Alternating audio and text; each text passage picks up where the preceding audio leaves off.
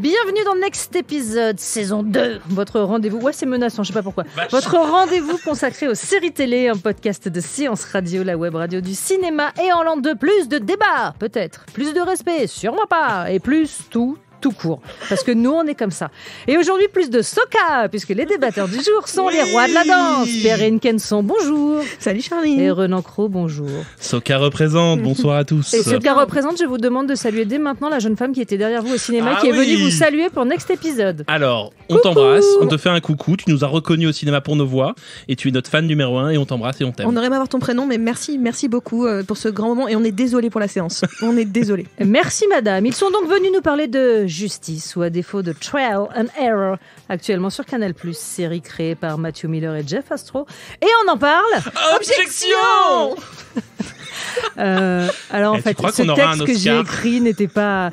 En fait, cette série, on en parle juste après l'info du jour et on va faire sobre maintenant.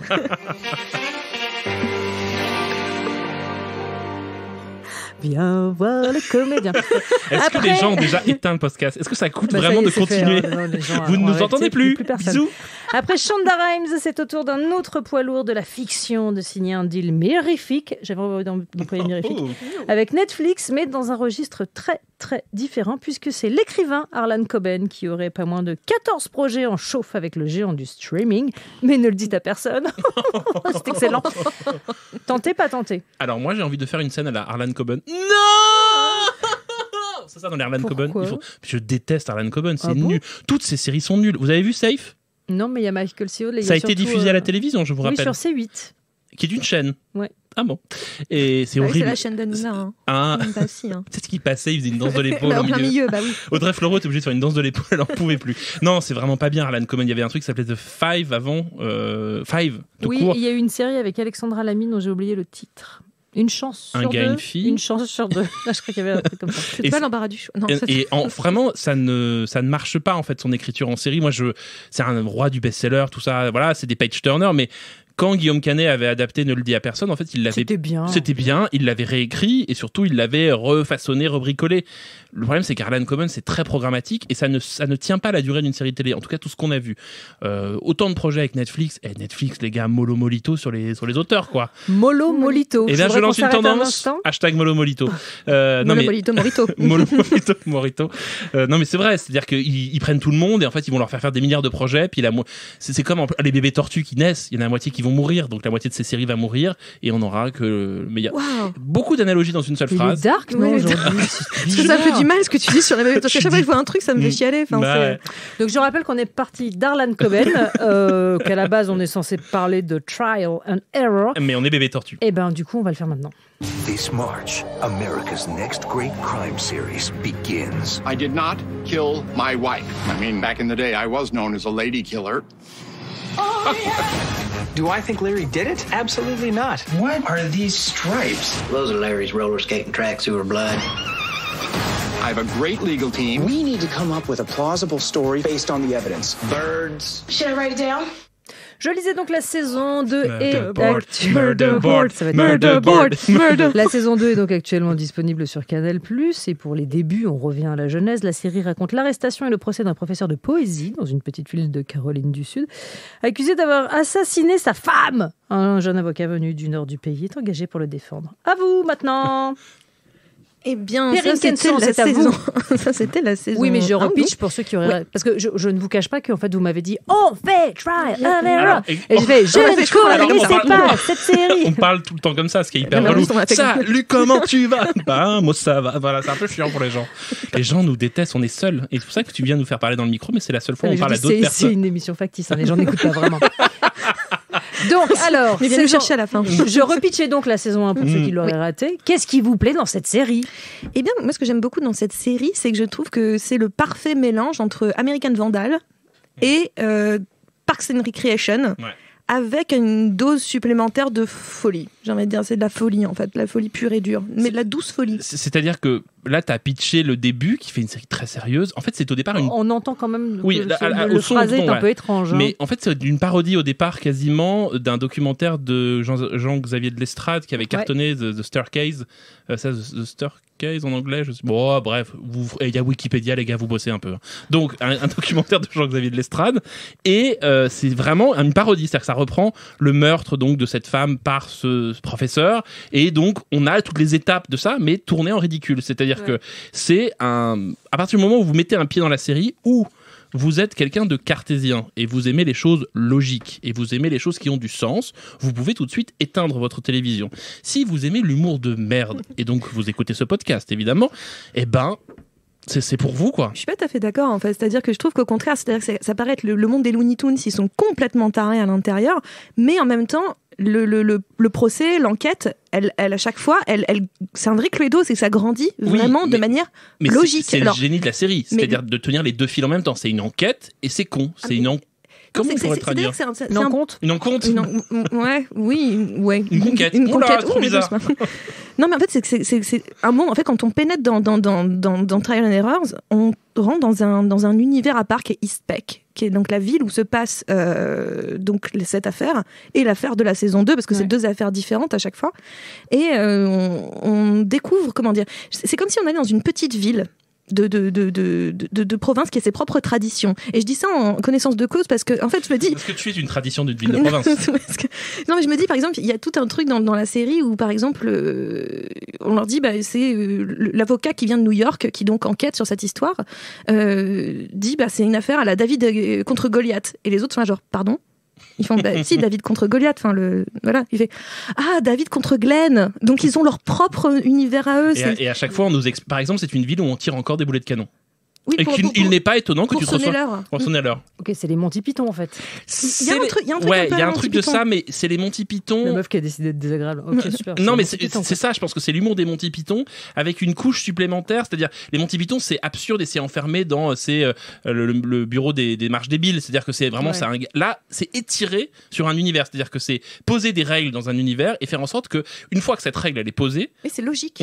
C'est logique. C'est-à-dire que on nous explique, par exemple, donc dans la ville, il y a une règle qui veut que les femmes n'aient pas le droit de conduire.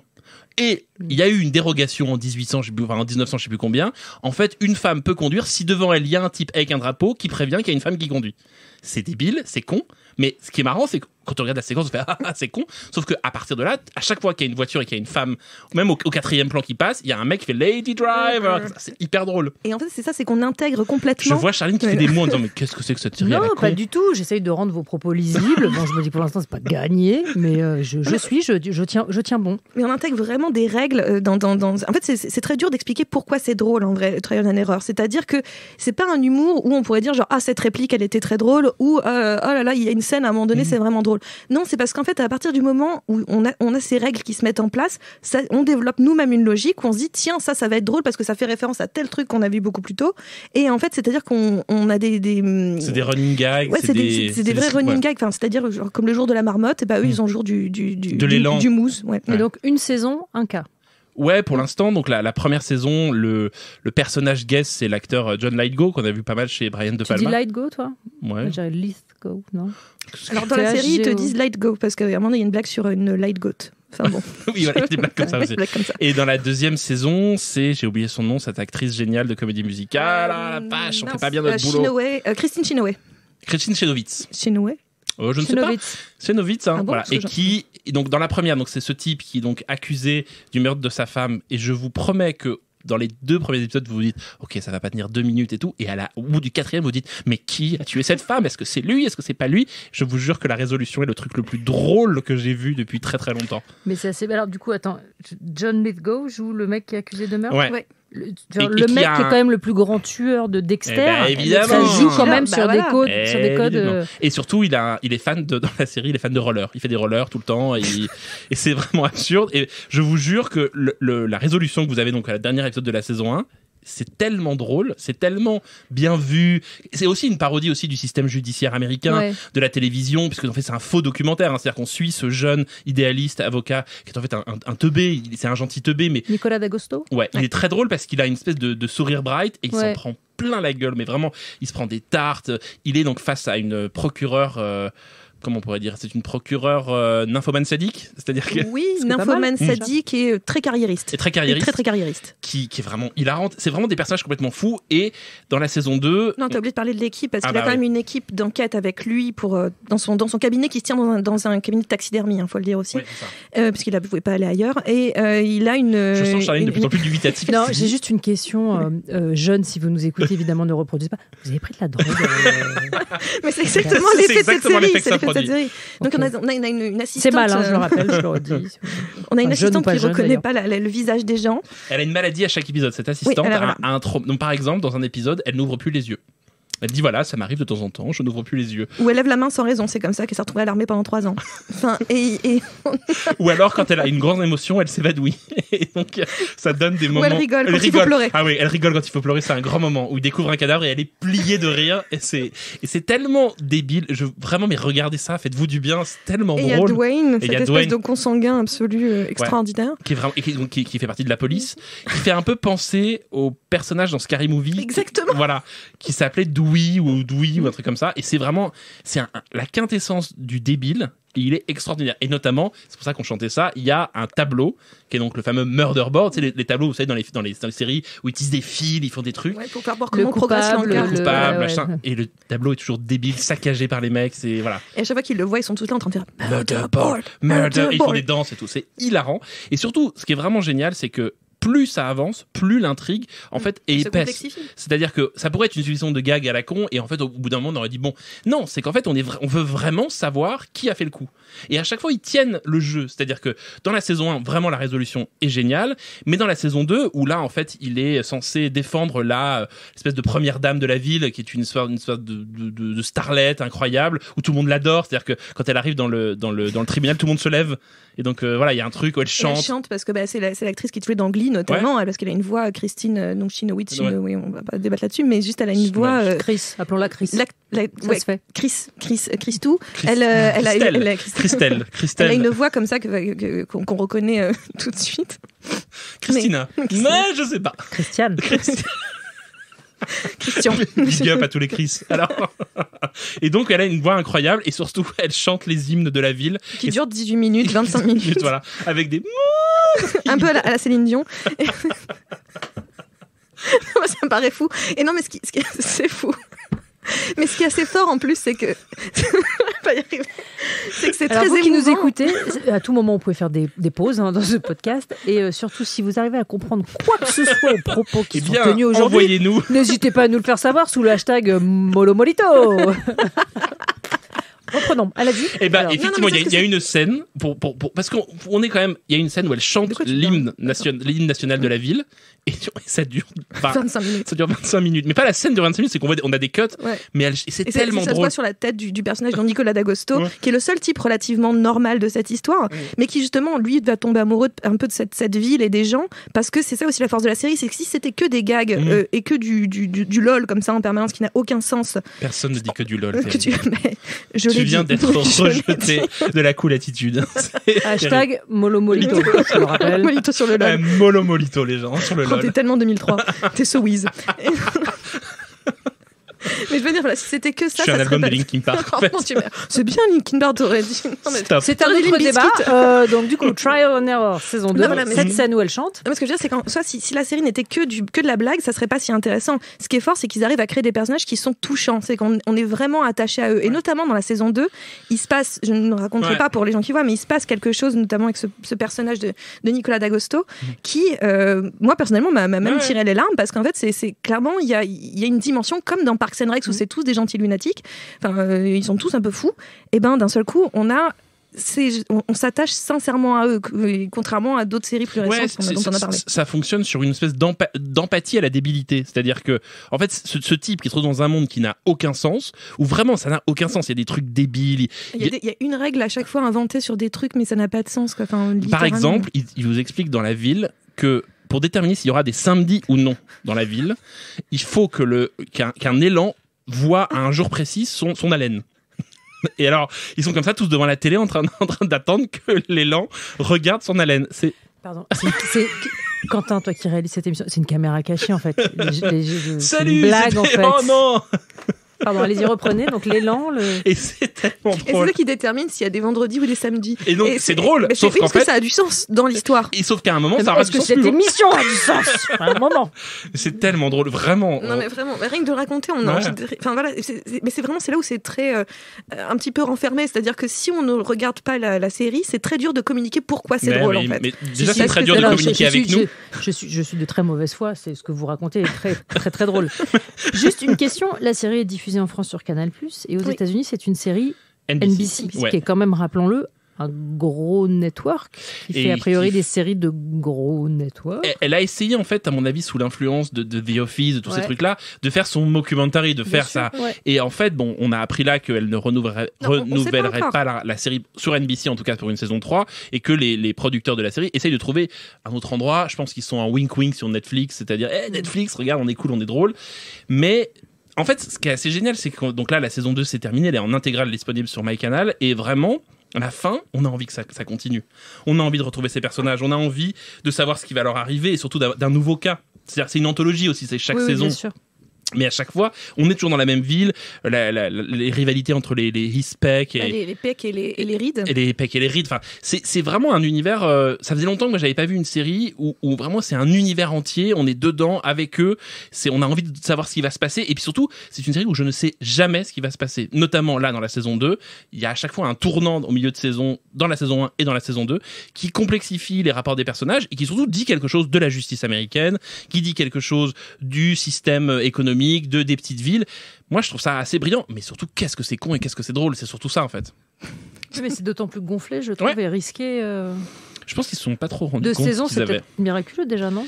Enfin, Ouais. vu ce que vous m'en racontez, ça me semble quand même sur une Oui, grosse parce qu'elle chaîne reste comme encore ça. assez obscure, enfin, dans le sens où il y a vraiment peu de gens qui ont. C'est pas Ouais. une série qui a fait la une de énorme tous les buzz. journaux ou un Mais j'en énorme suis la buzz, preuve. quoi. Quand vous Ouais. m'avez dit, je le rappelle, oh, faites, comme ça. Mais qu'est-ce là, que c'est que je- cette imitation scandaleuse? Oui, parce qu'on Madame était un Roux peu plus cheerful quand même. Ouais. Hein. Ouais, mais Non. par mail, Et surtout, ça la diction s'entend était pas. mieux. Oui. L'addiction, quand même. Euh, En fait, c'est dur à tu dire, vois pas trial le and nom, error. enfin, tu ne t'entends pas parler en Mais- fait. C'est le principe des gens qui s'entendent dans leur tête. Quelle violence.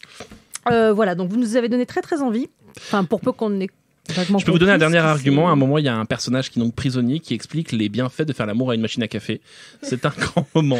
Et Ok, qui se faites jette sur entrer les gens Marcel nus. Béliveau maintenant. Là, ou alors du coup, envoyez les recos avant qu'on se Et quitte. bah les recos, en fait la reco qui est à mon avis celle qui ressemble le plus à ça, c'est une série Netflix qui s'appelle American Vandal, qui était un peu mon chouchou, cœur, bisou de l'année 2017, qui était ma série un peu préf de l'année. C'est donc pareil un faux documentaire autour d'un problème essentiel de savoir qui a dessiné des zizi sur des voitures. La saison 2 arrive le 14 septembre, c'est-à-dire là, et la nouvelle saison 2 parle notamment d'un personnage qui s'appelle The Third Bastard, c'est-à-dire le caca bâtard, Non, le bâtard du caca. le bâtard du caca qui Bâtard de merde, peut-être, Bâtard- éventuellement. et qui produit des Caca. gastro inopinés à tout le monde. Et la bande-annonce, rien que la bande-annonce, je pleurais de rire, puisque c'est raconté avec énormément de sérieux, et qu'on voit une religieuse dire, et c'est à ce moment-là que les flots se sont ouverts. Et voilà, ça m'a beaucoup fait rire. American Vandal saison 1, American Vandal saison 2, jugez-moi, rien à foutre. Non, mais donnez-lui du pipi, du caca, il est content. non, ça, c'est ça, écoutez, du vraiment. vomi, surtout, oui. Perrine. Ben moi, je vais mettre une autre série Netflix dont la saison 3 arrive à la fin de septembre, fin septembre, si je dis pas de bêtises. C'est The Good Place. The Good Place recommence fin septembre. Et elle est diffusée en même temps sur Netflix et sur, j'ai peur de dire une bêtise, je ne sais plus le Une channel. chaîne, une Ouais, chaîne. vraiment. Et mes résultats, Un épisode par semaine. un épisode par semaine, mais ce qui est bien avec The Good Place, c'est que c'est une série de Michael Schur et qui a eu beaucoup de mal à démarrer. Mais ce qui me fait penser par rapport à Trial and Error, c'est que aussi dans The Good Place, on est dans un univers dont les règles se définissent au fur et à mesure, qu'on découvre au fur et à mesure, avec des personnages attachants, une espèce de folie latente constante et des shifts, au bout d'un moment, il faut juste comprendre que le monde va tourner en permanence, qu'il va se rebooter tout le temps, ce qui est aussi un petit peu le cas de Trial and Error, qui se permet de se rebooter à des moments. Donc c'est pour ça que c'est, pour moi, très proche avec cette idée de de grains de folie.